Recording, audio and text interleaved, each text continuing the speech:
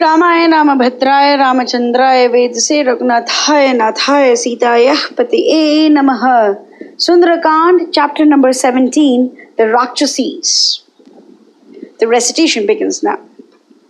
Like unto the lordly swan sailing through the dark waters, like unto a cluster of lilies in a crystal pool, the queen of night sailed through the blue empyrean, pure and spotless in all her glory. As if she would contribute her might to forward the interests of Rama, she threw clear light on everything that Maruti desired to see, and charmed away his weariness and fatigue by her cool and brilliant rays. Then Hanuman cast his eyes again on the lady Sita, the moon-faced queen of Rama, who staggered under the strokes of misery. Like a lordly steamer battered by the mountainous billows and slowly sinking down helpless, a closer look brought within his range the Rakshasis around her. There was variety enough to choose among them. There were one-eyed beauties in the group. One-eared specimens were conspicuous too by their presence. Some covered their heads with their ears, while others disdained the item at all. Yet others made up for it by their fan-like ears. Some had their noses tilted up in full like a chimney in a factory. Some had their necks fashioned after the style of giraffes, while others were short-necked like bulls. Some had a sprinkling of hair over their heads, just an apology for it, and others were entirely innocent of the article. Some had matted hair like a carpet, while others covered themselves from head to foot with that shaggy appendage. Some had hanging ears, hanging noses, hanging lips, hanging breasts and stomachs that covered their thigh. Some charming ladies had their lips transplanted on their chins, while others had their knees beautifully crooked and bent. Some gloved in utter disproportion of their limbs. Some were hunchbacks, some were dwarfs, some had their lips of men's proportions, some disported their long curved tusks, some displayed their eyes of tawny hue, some had their faces strikingly wry. There were others who gloried in the absence of nose or lips. Frightful shapes, various styles of deformity, specimen of stunning yellow or black hue, incarnations of increasing wrath, mischief makers, Amazons trying with tridents, crowbars, iron clubs, and such like gentle weapons, ladies who affected the faces and features of boars, hogs, pigs, deer, bull, tigers, sheep, jackals, elephants, cows, horses, asses, and such like. Others who delighted in their delicately fashioned feet after the model of camels, horses, and elephants. Some there were who sported their heads sunk low between their shoulders. Some found a single hand and foot quite enough for all purposes. Some were akin to the horse, donkey, the cow, the elephant, the monkey in matters of the ears. When it came to noses, some were absolutely strangers to it. Some had it on a very large scale. Some had it across their face. Some had it on top of their heads. Speaking of feet, some were blessed with huge proportions of it. Some had a luxurious growth of hair upon them. Some took after the elephant, the cow, and such like in that appendage. Some had their neck, breasts, head, stomach, and face ridiculously disproportionate and huge. Yet others were blessed with lolling tongues and curved talons. And there were also ladies whose hair impressed the beholders with the ideas of wreath of smoke.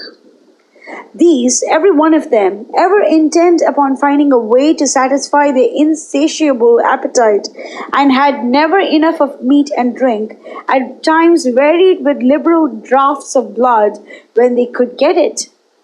Their body was encrusted with layers of flesh, marrow, and blood, so that the hearts of the beholders turned to water and their hair stood on end. These were comfortably arranged around the tree.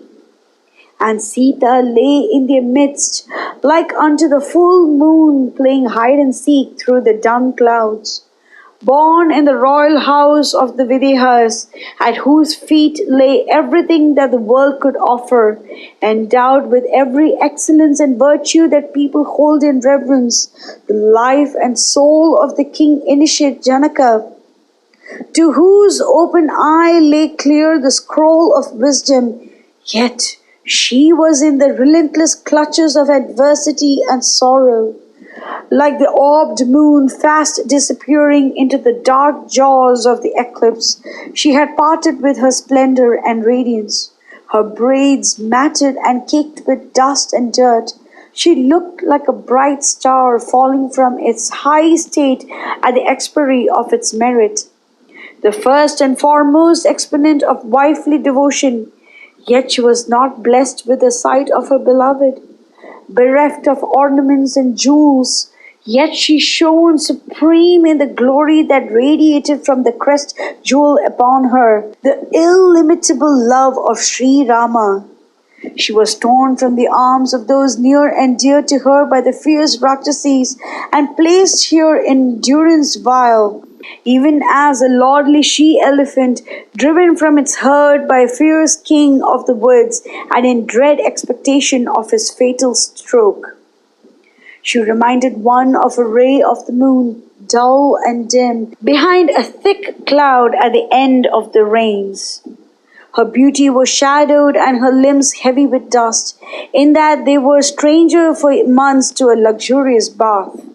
The Avina without the strings, fit to adorn the side of Sri Rama, all unmeet to be seen even in the wildest dreams in the midst of Ashoka grove, like unto the constellation Rohini in the grip of cruel planets, or the lovely creeper from which the flowers had fallen away.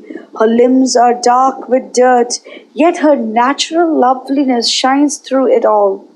Like unto a lotus stalk caked with mud, she was clad in ragged finery, yet her splendor cannot be hidden underneath that disguise. Her face is worn and dull and shows no hope of relief, but she plucks up courage and hope from the constant contemplation of the glory and prowess of her beloved husband. Her eyes are dark and troubled with fast falling tears. These Rakshasis are set here by Ravana to guard her, but she is best armed and protected in her immaculate chastity. She darts her looks all around like a frightened fawn.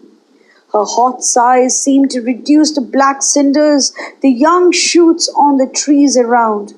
She is an incarnation, as it were, of all kinds of grief rolled into one. She resembles a storm-tossed ocean of sorrow. The soul of patience, her perfect limbs shine in their natural beauty without the aid or help of ornaments. In the darkest and lowest depths of adversity and misfortune, she keeps a steady hold over security and peace. Hanuman beheld the lady Maithili in her captivity and shed tears not of sorrow but joy. He betook himself in thought to the presence of Rama and Lakshmana and laid his head at their feet again and again and said, "It is verily by your supreme grace that it is given to me to bless my eyes with the sight of this most virtuous lady." He could never have enough of gazing at her. His heart overflowed with joy and he bided his time in the hospitable shelter of the lofty Shimshupa. Mangalam Koshalendraya Mahaniya Gunabdiye Chakravarti Dhanurjaya Sarvabhaumaya Mangalam.